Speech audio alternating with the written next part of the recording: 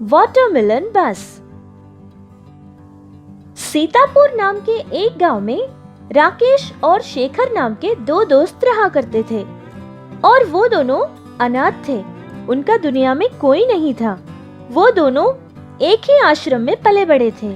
बड़े होने के बाद भी वो दोनों एक ही घर में रहा करते थे।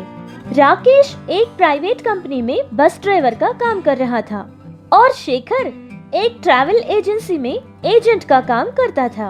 वो दोनों ही हमेशा मिलकर हर काम मिल बांट कर किया करते थे। दोनों का सपना यही था कि वो दोनों मिलके कभी न कभी एक बड़ा सा कोई काम करेंगे।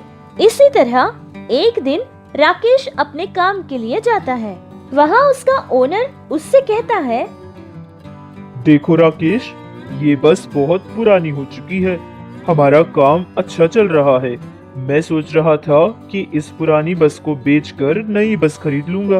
अब इसको कोई सेकंड हैंड में खरीदने वाला मिल गया तो हम दे देंगे। अगर तुम्हारी नजर में ऐसा कोई खरीदने वाला हो तो तुम देख लेना। अगर बिक गई तो मैं तुम्हें 2% दूंगा।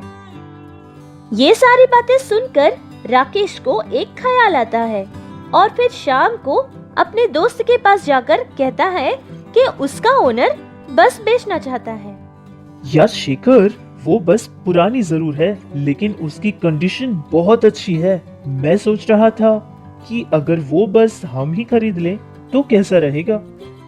हाँ यार, ये तो ठीक है लेकिन इतना पैसा हमारे पास नहीं है ना।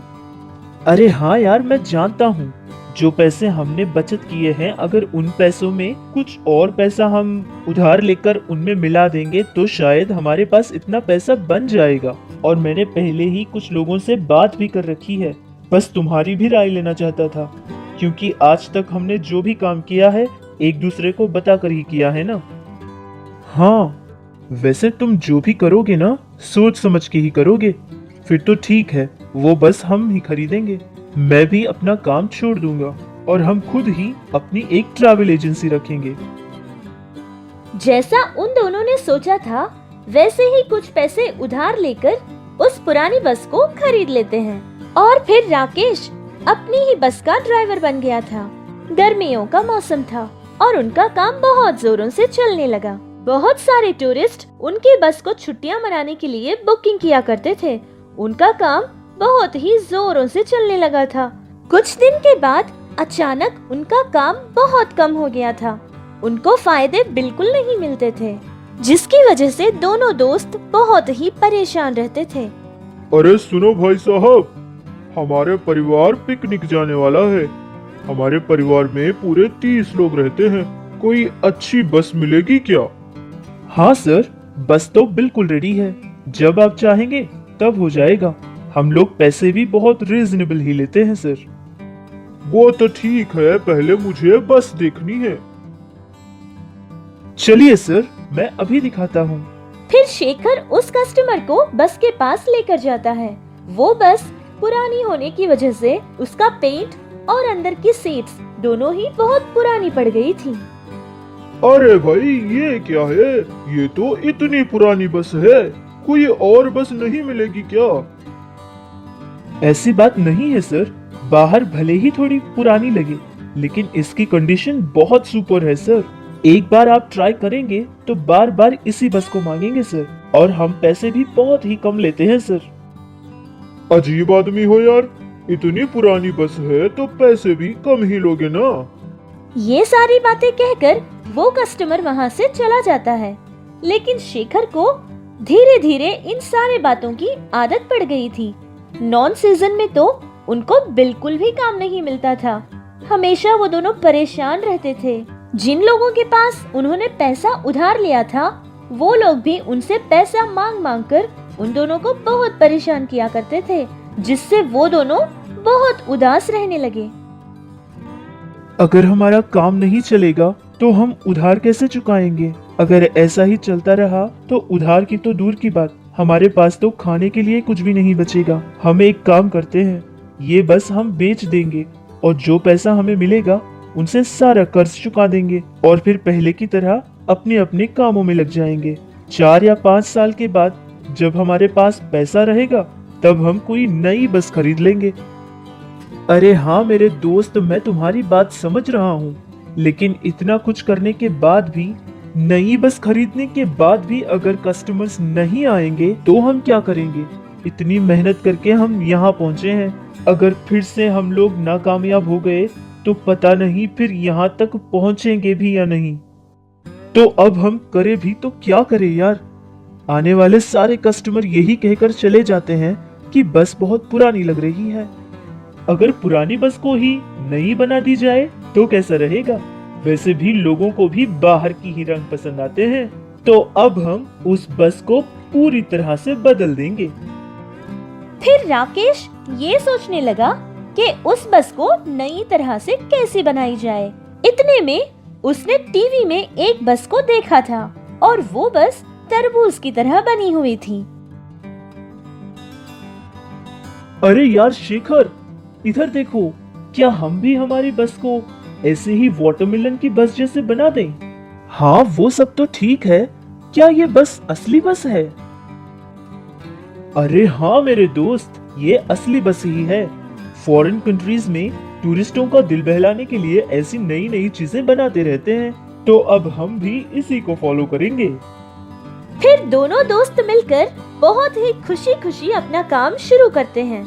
उस पुरानी बस को अलग अलग रंगों से रंग कर पूरी तरह उसे एक नया रूप दे दिया था और वो वाटरमेलन बस देखने में बहुत ही खूबसूरत लग रही थी। फिर बहुत सारे लोग पिकनिक्स पर जाने के लिए और ट्रैवलिंग करने के लिए भी उस नई वाटरमेलन बस को ही बुक किया करते थे, जिससे राकेश और शेखर का काम बहुत ही जोर से चलने लगा था। बहुत मेहनत करके दोनों दोस्त काम किया करते थे। उन दोनों को जो फायदा मिलता था, उन फायदों से कुछ और पुरानी बसें खरीदकर उनको भी कलर डालकर नई नई तरह से बनाया था और कुछ ड्राइवर्स को भी उसने रखा था। इस काम को उन्होंने एक नए अंदाज से करना शुरू किया था, जिससे सारे लोग उनके ही बसों को चाहते थे। इस तरह उन दोनों ने बहुत कामयाबी हासिल की थी और बहुत तरक्की भी पाई थी। रनिंग समोसा वाला।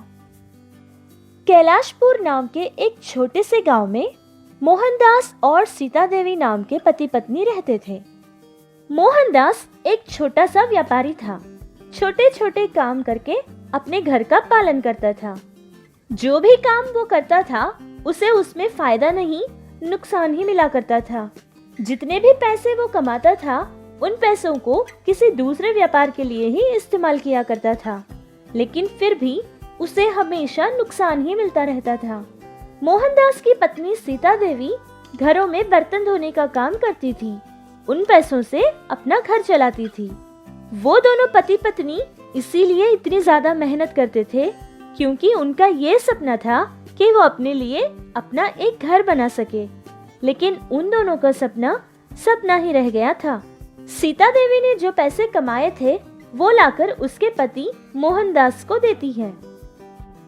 अरे आप चिंता क्यों करते हैं, हमारे भी अच्छे दिन जरूर आएंगे। ये लीजिए, आज मेरी तनख्वाह आई है। इन पैसों से आप कोई नया व्यापार कीजिए और देखना, इस बार आपको कामयाबी जरूर मिलेगी। नहीं सीता नहीं, हर बार तुम अपनी मेहनत की कमाई मुझे लाकर दे देती हो और मैं उन्हें कोई नए व्यापार में डाल के सारा ही नुकसान कर देता हूँ। व्यापार करके कोई फायदा मुझे मिलने वाला तो है नहीं। कल से मैं भी कोई काम करना शुरू कर दूंगा। इसकी क्या जरूरत है, वैसे भी मैं तो काम कर रही हूँ ना। आप कोई व्यापार कीजिए। हर व्यापार मैंने बस उसी सपने को पूरा करने के लिए किया था, जो सपना तुमने और मैंने देखा था कि हमारा कोई एक अपना घर हो, लेकिन सारा पैसा हमारा चला गया और हमने उधार भी लिया है लोगों से। इस तरह मोहनदास अपनी पत्नी को समझाकर एक नया काम करने लगता है। थोड़े से पैसे बचत भी कर रहा था। फिर एक दिन दोपहर में मोहनदास को बहुत भूख लग रही थी। वहीं पास में एक चाय की दुकान के पास चला जाता है और वहां जाकर देखता है कि कुछ खाने के लिए मिलता है या नहीं। तभी एक आदमी समोसा बनाते हुए उसे नजर आता है। फिर मोहनदास गौर से देखने लगा कि समोसा कैसे बनाते हैं। वहीं बैठकर 2 समोसा खरीदकर खाता है और दिल में ये सोचता है कि घर जाकर अपनी पत्नी के लिए समोसा बनाकर उसे खिलाएगा। फिर घर जाते समय जो चीजें समोसा बनाने के लिए चाहिए थी, सारी ही खरीदकर घर चला जाता है। आज मैं सीता के घर वापस लौटने से पहले ही उसके लिए समोसा बनाऊंगा। जैसा उसने उस चाय के दुकान में देखा था, बिल्कुल वैसा ही समोसा बनाता है। अरे ये क्या, आप इतनी जल्दी घर आ गए? क्या आपका काम इतना जल्दी खत्म हो गया? सीता, तुम जल्दी जाओ और अपने हाथ पांव धोकर आ जाओ। मैंने तुम्हारे लिए कुछ बनाया है। अच्छा, रुकिए मैं अभी आती हूँ। सीता के आने के बाद जो समोसे उसने बनाए थे वो उसकी पत्नी को देता है। अरे वाह, आपने समोसा बनाया है, लेकिन आपको तो कुछ बनाना आता ही नहीं है, तो ये आपने कैसे बनाया? वो आज मैं एक चाय की दुकान पे गया था। वहाँ एक आदमी समोसा बना रहा था। उसे देखा और मैंने भी बना लिया। अच्छा, लाइए तो मैं खा कर देखती हूँ। ये लो सीता, ये सारे मैंने तुम्हारे लिए ही बनाए हैं।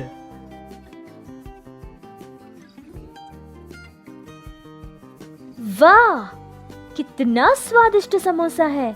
इतना स्वादिष्ट तो मैंने पहले कभी नहीं खाया था। सच बता रही हूँ, बहुत ही स्वादिष्ट है। अच्छा, सच बताओ ना सीता, मैंने इतनी मेहनत करके तुम्हारे लिए बनाया है, इसलिए कह रही हो ना? अरे नहीं, सच में ये तो बहुत स्वादिष्ट है। इसको खाने के बाद मुझे ख्याल आया है, क्यों ना आप ये समोसा बेचने का काम शुरू करें? हाँ, बात तो ठीक है, लेकिन इतना पैसा हमारे पास कहाँ से आएगा? हाँ, ये तो मैं भूल ही गई थी। ये काम करने के लिए हमें एक बंडी की जरूरत पड़ेगी और उसे खरीदने के लिए हमें बहुत सारा पैसा भी लगेगा, लेकिन इतना पैसा तो हमारे पास नहीं है ना। इस तरह वो दोनों पति पत्नी सोच में डूब गए, लेकिन कर भी कुछ नहीं सकते थे और वो दोनों चुप हो जाते हैं। फिर एक दिन मोहनदास एक सड़क से गुजर रहा था। उसने देखा कि एक आदमी अपने कंधे पर 2 टोकरियां रखकर उसमें छोटे छोटे मुर्गी के बच्चे बेच रहा था। उस आदमी को देखकर मोहनदास को भी एक ख्याल आया था। उसने सोचा था कि अगर वो भी ऐसे ही कंधे पर 2 टोकरियां रखकर समोसे का काम करेगा तो कैसा होगा। फिर ये बात जाकर अपनी पत्नी को भी बताता है। सीता, मुझे एक ख्याल आया है। हाँ, बोलिए ना, क्या ख्याल है? मैं सोच रहा था कि कंधे पे टोकरी रखकर मैं समोसा बेचूंगा। इसके लिए जितने पैसे लगेंगे उतने पैसे तो हमारे पास भी है। हाँ, ये तो बहुत अच्छा ख्याल है। हम ऐसा ही करेंगे। जैसा उसने सोचा था वैसे ही उसने 2 टोकरियां बनाई थी। एक टोकरी में एक छोटा सा चूल्हा और दूसरी टोकरी में जो सामान समोसा बनाने के लिए चाहिए था वो सारा ही रखकर बेचने के लिए निकलता है। जहाँ भीड़ ज्यादा होती थी वहाँ जाकर कहता था कि जैसा आपको पसंद होगा वैसा ही समोसा बनाकर दूंगा। इस तरह कॉर्न समोसा, पनीर समोसा, मशरूम समोसा कहकर और तरह तरह के समोसा बनाकर बेचने लगा। मोहनदास समोसा बहुत स्वादिष्ट भी बनाता था, जिसके कारण सारे ही लोग मोहनदास से ही समोसा खरीदा करते थे। फिर कुछ ही दिनों में उसका काम बहुत ज्यादा बढ़ गया था। इस तरह मोहन का नाम रनिंग समोसा वाला बन गया था। फिर एक छोटी सी दुकान से शुरू करके जगह जगह उसने बहुत सारे ब्रांच भी खोले थे। इस तरह उसने खूब नाम कमाया था और बहुत से लोगों की उसने सहायता भी की थी। जो अपना घर बनाने का उनका सपना था उसको भी उन्होंने पूरा कर लिया था। कहानी अच्छी लगी तो लाइक कीजिए और कैसी लगी हमें कमेंट्स में जरूर बताइएगा।